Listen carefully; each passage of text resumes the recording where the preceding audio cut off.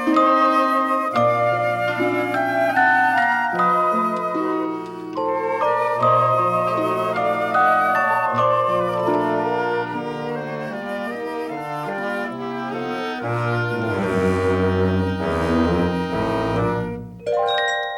this is B-Dub, and welcome to a new episode of Clearing Out My Head. I want to wish everybody a happy new year. I hope that you had a safe holiday season. If yours was anything like mine, it was probably normal with a little bit of interesting. Don't know what I mean? Well, let me explain. For Christmas this year, we decided to change it up a bit, and my wife and I invited my parents and sister over for breakfast on Christmas morning. Now, we have never done this before and thought we could start a new tradition since they had never been over to our house at Christmas time. We thought it would be nice for them to come over so they could see our tree and decorations while they had breakfast. So I had breakfast all planned out. I found a simple breakfast casserole recipe that I could make along with bacon, sausage, and crescent rolls. Tanisha made hashed brown potatoes, and Gia made waffles. So we had plenty of food for everyone to choose from. It was a nice spread. The one thing that we didn't count on was the weather. 2 days before Christmas, we got hit with snow and freezing temperatures that caused problems throughout our area. But I wasn't going to allow that to ruin our breakfast on Christmas morning. I went and picked up my parents from their house instead of having them drive over. Now, I did this for two reasons. First, I didn't want them to drive over in the snow.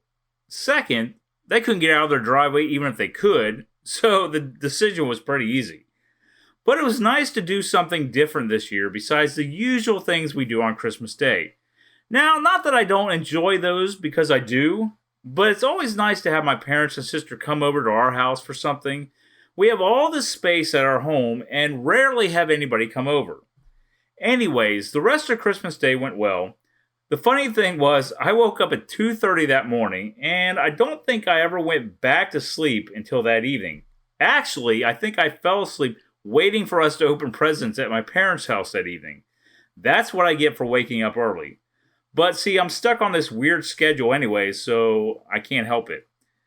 But moving on, New Year's was a bit tame. We didn't do much, and I was transferring files and data from one MacBook to another. That was one gift, if you want to call it, that I got this year, was that I inherited Tanisha's MacBook Air from her.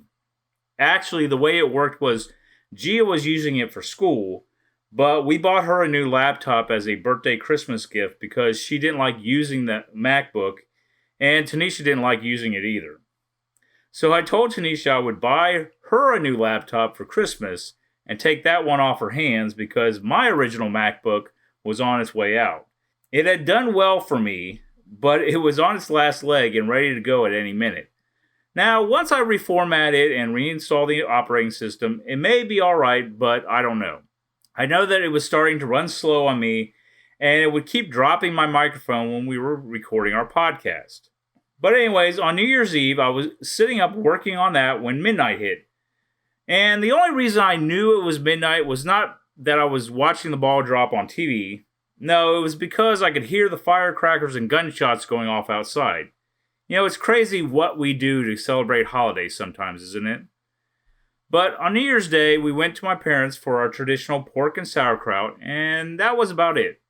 My best friend Andy, whose parents live next to mine, was home, so I visited him for a bit. But other than that, I was busy transferring files and adding software programs to my MacBook before I do the reformat on my original one.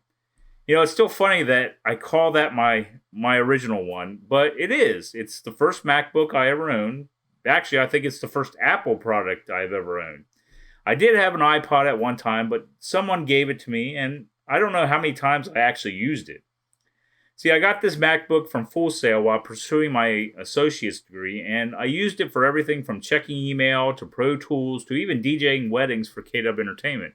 It has done a little bit of everything, and it probably even has some malware on it as well. I've done a few scans on it, and it has found and deleted them, but who knows what else is on it. Hopefully the reformat may clean it up, but we shall see. You know, sometimes I wish I could do that to myself, reformat and clean out any bad sectors that have been created. Wouldn't that be great if we as humans could do that? But I guess we wouldn't be human if we could do that. We would be machines. Well, I hope you enjoyed this episode of Clearing Out My Head.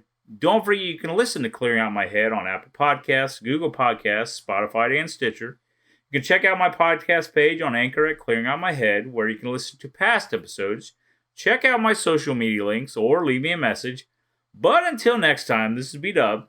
Thanks for listening, and I hope you join me next time as I continue with Clearing Out My Head. That was wonderful. Bravo! I loved that. Oh, it was great. Well, it was pretty good. Well, it wasn't bad. Well, there were parts of it that weren't very good, It though. could have been a lot better. I didn't really like it. It was pretty terrible. It was bad. It was awful. It was terrible. Get him away! Hey, boo! Boo!